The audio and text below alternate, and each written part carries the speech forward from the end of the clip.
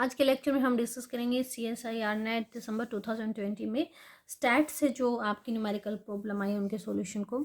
देखिए first question क्या था, each allowed energy level of A system of non-interacting fermions has a degeneracy m if there are n fermions and r is the remainder upon dividing n by m the degeneracy of the ground state is। ground state की degeneracy पूछी है कम। इन्होंने कहा है कि एक जो है आपके पास सिस्टम है नॉन इंटरेक्टिंग फर्मियंस का। कैसे फर्मियंस है? नॉन इंटरेक्टिंग फर्मियंस है। तो सिस्टम इस तरीके से कि हर एक जो एनर्जी लेवल है आपका स्प्लिटेड है इनटू m एनर्जी लेवल्स में। ठीक है, m एनर्जी लेवल्स में आपका जो है हर एक एनर्जी लेवल स्प्लिटेड है। इन एनर्जी लेवल्स में आपको क्या करना है, आपको यहाँ पे n नंबर ऑफ फर्मियंस को फिल करना है और इस तरीके से फिल करना है कि जब आप इसको n को m से डिवाइड करते हैं तो हमारे पास जो रिमाइंडर बचता है वो r बच जाता है। ठीक है, ये बात है। तो अब देखिए, जब नॉन इंटरेक्टिंग फर्मियंस होते हैं तो हर एक एनर्जी लेवल में एक ही फर्मियन फिल किया जाता है। तो एनर्जी लेवल जब फिल होंगे, आपको ग्राउंड स्टेट बताने, जब एनर्जी लेवल फिल होंगे तो हमारे पास n क्या है, n is some integral multiple of m plus r। ये है यानी कि मान लो एक लेवल कंप्लीट लेवल में भरे गए हैं, इतने ही फर्मियन आपके पास है, बचे हुए r नेक्स्ट लेवल में जाएंगे, या 2 में भरे गए हैं तो बचे हुए r नेक्स्ट थर्ड में चले जाएंगे। ठीक है, तो ओवरऑल आपको क्या मिलेगा कि r फर्मियन तो बच जाएंगे और नीचे वाले लेवल उसके क्या हो जाएंगे, फिल्ड हो जाएंगे। तो r फर्मियन जिस लेवल में फिल्ड होंगे उसको आपने क्या करना है, m लेवल में कितने फर्मियन को फिल करना है, r फर्मियन को फिल करना है, जहाँ पे r की वैल्यू क्या है, लेसर देन m। ये आपको पता है फर्मियन क्या फॉलो करते हैं, फर्मी डिराक स्टैट फॉलो करते हैं।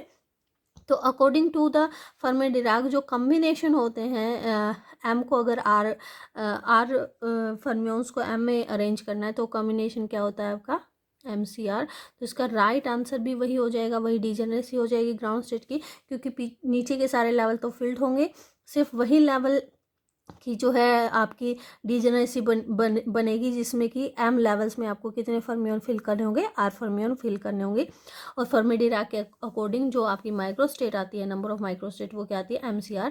तो ये क्या हो जाएगी, ग्राउंड स्टेट की डिजेनरेसी हो जाएगी। नेक्स्ट क्वेश्चन देखते हैं। नेक्स्ट क्वेश्चन आपका है एक क्वांटम मैकेनिकल सिस्टम का हैमिल्टोनियन इस तरीके से दिया है उन्होंने, SZ और SX जो है पॉलीस्पिन मैट्रिक्स इस तरीके से आपकी यहाँ से SI जो है h/2 सिग्मा i के इक्वल होती है। उन्होंने पूछा है the leading correction in lambda पूछा है। ठीक है, क्या पूछा है, leading correction in lambda two the partition function of the system. तो देखिए आपको पता है पार्टीशन फंक्शन निकालने के लिए आपको एनर्जी पता होनी चाहिए, उसके बाद ही आप क्या निकालते हैं, पार्टीशन फंक्शन निकालते हैं। तो लैम्डा की वजह से करेक्शन उन्होंने पूछा। मान लो अगर लैम्डा ना होता तो सिर्फ हैमिल्टोनियन ये होता, उसकी वजह से जो एनर्जी आती वो तो अलग रखनी है आपने, प्लस क्या आपके पास पार्टीशन फंक्शन आया वो उन्होंने पूछा है। तो देखिए पहले एनर्जी निकाल लेते हैं। h क्या दिया हुआ है, जे, SZ को क्या लिख सकते हैं, सिग्मा जेड h/2 लिख सकते हैं, प्लस लैम्डा, ये आ गया, SX को लिख दिया सिग्मा x/2 और आपका क्या आ गया, h/, इस तरीके से लिख सकते हैं। तो इनको अगर ऐड करें तो ये आ जाएगा जे h/2 सिग्मा जेड हमारा क्या होता है 1 0 0 -1 प्लस ये आ गया लैम्डा h/2 सिग्मा एक्स क्या होता है हमारा 0 1 1 0। ऐड कर दें दोनों को तो ये टर्म हमारे पास क्या आ जाएगी, this term is J h/2। अगर हम h/2 को बाहर ही रख लें, h/2 बाहर रख लिया, अंदर क्या आ गया जे, और यहाँ आ गया लैम्डा, यहाँ आ जाएगा यहाँ जाएगा लैम्डा और यहाँ माइनस जे। ठीक है, इस तरीके से आ गया। आपको एनर्जी वैल्यू निकालनी है तो let us consider omega energy value है, तो यहाँ पे सोल्व कर लेते हैं, आएगा नहीं अदरवाइज ये पूरा।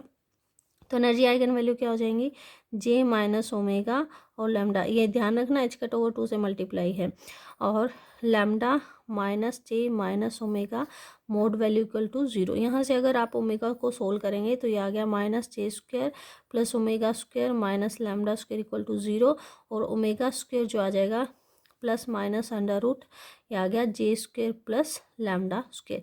यहाँ से इसको आप ऐसे लिख लिए, प्लस माइनस जे को आपने बाहर निकाल लिया है, ये आ गया 1 plus lambda square over j² की पावर 1/2 इसको मैं ऐसे लिख सकती हूँ ओमेगा, ये आ गया ओमेगा, ओमेगा स्क्वायर नहीं ओमेगा आ जाए, अंडर रूट कर दिया ना, omega equal to plus minus j, क्योंकि आपका लैम्डा बहुत स्मॉल है तो 1 + λ² / 2 जे स्क्वायर लिखा जा सकता है। हायर ऑर्डर टर्म को हम क्या कर देंगे, आपको यहाँ पे नेग्लेक्ट कर देंगे। तो ये हमारे पास आ गई। इसको अगर मैं कह दूँ omega is equal to plus minus alpha आया है, ये पूरी टर्म क्या हो जाएगी, अल्फ़ा हो जाएगी। अच्छा, साथ में h/2 भी था तो वो आपने साथ ही रखना है। तो यहाँ पे जो आपके एक्चुअल वैल्यू आ जाएगी, अल्फ़ा की वैल्यू जो आ जाएगी, यहाँ पे h/2 साथ रखना है। तो हमारी एनर्जी वैल्यू क्या आ जाएगी, this energy value is omega prime कह लो इक्वल टू, यहाँ नहीं लिखना, प्लस माइनस जे h/2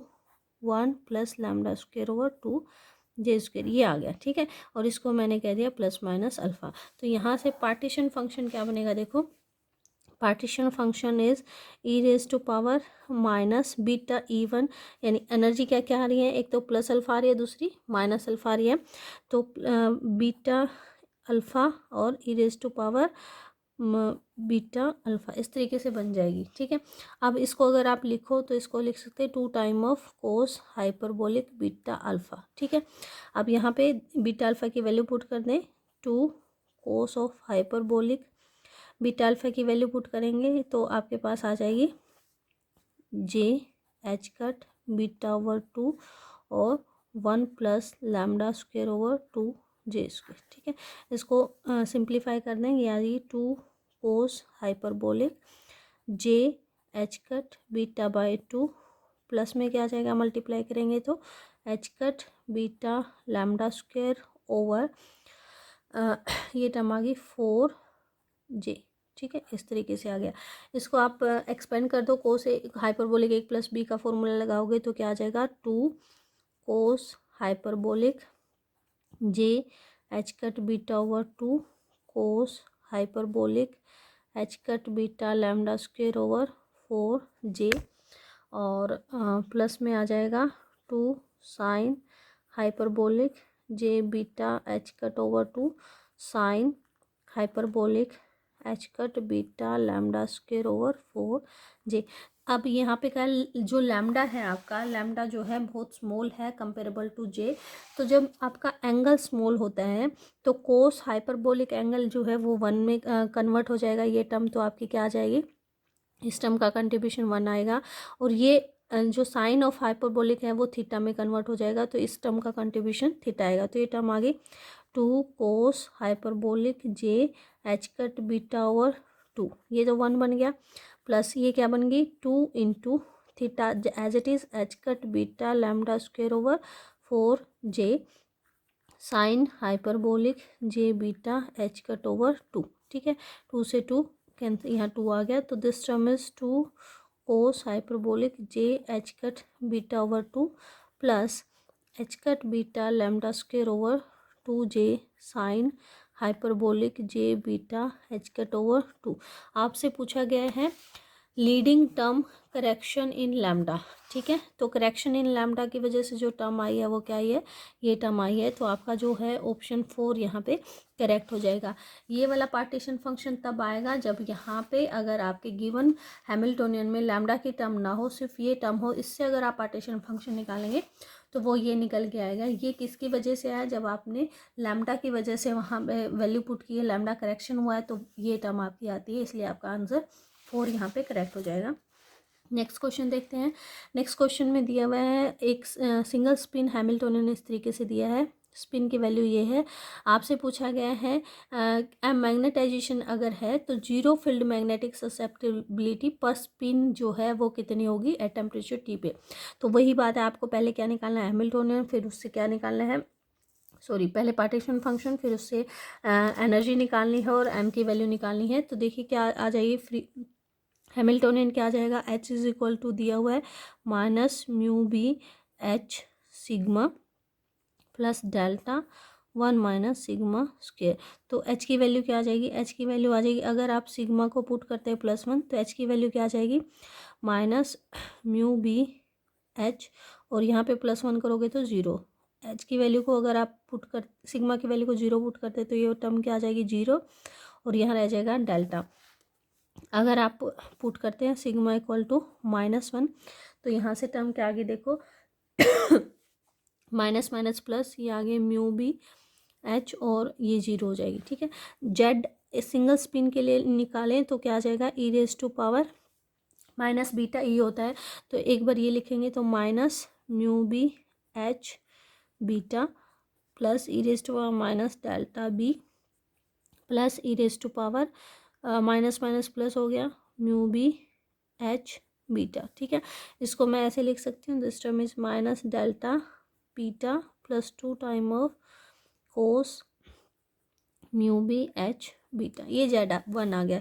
Zn के लिए, क्योंकि n आपके नॉन इंटरेक्टिंग क्लासिकल स्पिन्स हैं, तो n स्पिन्स के लिए क्या हो जाएगा, ये आ जाएगा e raised to minus delta beta plus 2 cos mu B H beta raise to power n। अब आपको निकालें फ्री एनर्जी कितनी हो जाएगी, F is equal to minus k beta ln Zn। तो ये आ गई माइनस n आगे आ जाएगा n के B T ln e raise to power delta beta plus 2 cos of mu B H beta, ये आ गई। ठीक है, अब हमें पता है फॉर्मूला क्या है, m इज इक्वल टू होता है माइनस करली f ओवर करली h। तो यहाँ पे माइनस करली f ओवर करली h अगर आप लगाएंगे तो ये क्या आ जाएगा, माइनस माइनस प्लस n के बी टी ln का डेरिवेटिव क्या नीचे आ गया, e raised to minus delta beta plus 2 cos mu, यहाँ पे आपका कोस हाइपरबोलिक आएगा ना, कोस हाइपरबोलिक आएगा, ये कोस हाइपरबोलिक। ठीक है, इसको ध्यान रखना, this term is cos hyperbolic mu B H beta. ठीक है, इनटू में क्या आ गया, इसका डेरिवेटिव क्या, 2 म्यू बी एच बीटा और sine hyperbolic mu B H beta, ये आ गया हमारे पास। अब यहाँ पे जो आपका क्वेश्चन में दिया हुआ है, क्वेश्चन में कहा गया है कि अगर नॉन जीरो फील्ड है, यानी h टेंस टू जीरो करता है, उस टाइम पे करली m ओवर करली h निकालना है। यहाँ पे h की बहुत टर्म्स हैं, तो विद रिस्पेक्ट टू h अभी डेरिवेटिव करना टफ होगा, तो पहले अप्रोक्सीमेशन लगा देते हैं।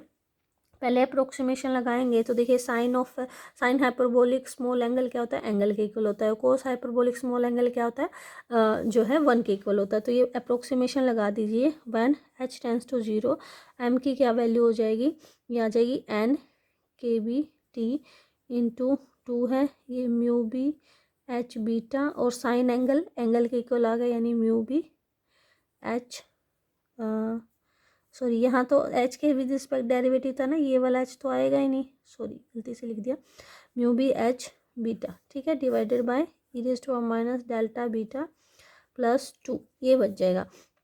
यहाँ पे आपके पास मल्टीप्लाई करोगे, अंदर क्या आ जाएगा, बीटा और के बी टी कैंसिल हो जाएंगे एक दूसरे के साथ, ये टर्म रह जाएगी 2n म्यू बी स्क्वायर और एक बीटा रह गया ये वाला, डिवाइडेड बाय 2h रह गया, 2 plus e raised to minus delta beta.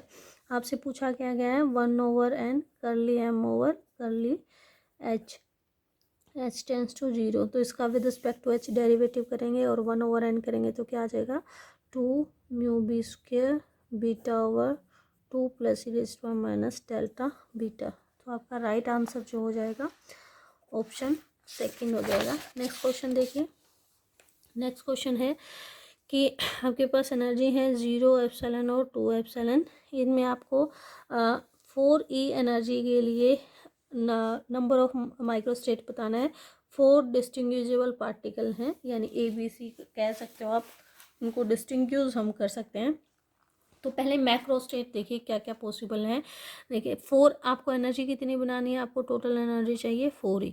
तो पहली पॉसिबिलिटी आपकी क्या हो सकती है कि 2 पार्टिकल यहाँ पे हों, अगर 2 पार्टिकल यहाँ पे होंगे तो एनर्जी 4 ही होगी, तो बचे हुए 2 पार्टिकल को यहाँ पे होना पड़ेगा, यहाँ पे कोई पार्टिकल नहीं होगा। एक पॉसिबिलिटी ये होगी। एक पॉसिबिलिटी क्या हो सकती है कि 2 पार्टिकल यहाँ पे हों तो एनर्जी 2 ही होगी, एक यहाँ पे हो तो एनर्जी क्या होगी 4E, तो एक पार्टिकल को यहाँ होना पड़ेगा। एक पॉसिबिलिटी क्या है कि चारों के चारों पार्टिकल यहाँ हो और यहाँ कोई पार्टिकल नहीं हो। तो जो ये पॉसिबिलिटी है, जब आपके ABCD चारों पार्टिकल यहाँ पे हैं तो इस स्टेट में जो हमारे पास माइक्रो स्टेट बनेगी वो एक ही बनेगी कि 4 पार्टिकल एक ही स्टेट में है। ठीक है, अब यहाँ आते हैं। देखिए, जब आप किसी भी एनर्जी लेवल में 2 पार्टिकल को अरेंज करते हो, मान लो AB है, ठीक है, AB हो सकते हैं, उसमें AC हो सकता है, AD हो सकता है, BC हो सकता है, BD हो सकता है या CD हो सकता है। तो 2 पार्टिकल जो होने की पॉसिबिलिटी वो क्या है 6, यानी कि यहाँ पे ये जो स्टेट है इसकी माइक्रो स्टेट कितनी आ जाएंगी 6 आ जाएंगे, कि इनमें से ये यहाँ भी हो सकते हैं और ये यहाँ भी हो सकते हैं। अगर ये यहाँ है तो बचे हुए 2 यहाँ है ना। उस तरीके से यहाँ पे कितने आ जाएंगे 6 आ जाएंगे। अब यहाँ पे देखें, यहाँ पे आते हैं, मान लो कि आपके पास दो के कम्बिनेशन तो 6 ही बनेंगे, लेकिन देखो अगर बीच में AB है तो यहाँ C हो या D हो, ये पॉसिबिलिटी, ये भी पॉसिबिलिटी है कि बीच में तो AB ही है लेकिन यहाँ D और यहाँ C हो, यानी एक ही कॉम्बिनेशन की फिर कितनी अंदर डिस्ट्रीब्यूशन हो रहा है 2 में हो रहा है, यानी इसके कॉरस्पॉन्डिंग स्टेट 2, यहाँ पे 2, यहाँ पे 2, यहाँ पे 2, यहाँ पे 2, यहाँ पे 2, टोटल कितनी होगी आपकी यहाँ पे 2 4 6 8 10 12। तो यहाँ पे इस डिस्ट्रीब्यूशन की वजह से माइक्रोस्टेट कितनी आ जाएंगी 12, और टोटल अगर ऐड करते हैं तो कितनी माइक्रोस्टेट आ जाती है आपकी 19। तो करेक्ट ऑप्शन हमारा क्या हो जाएगा ऑप्शन 4।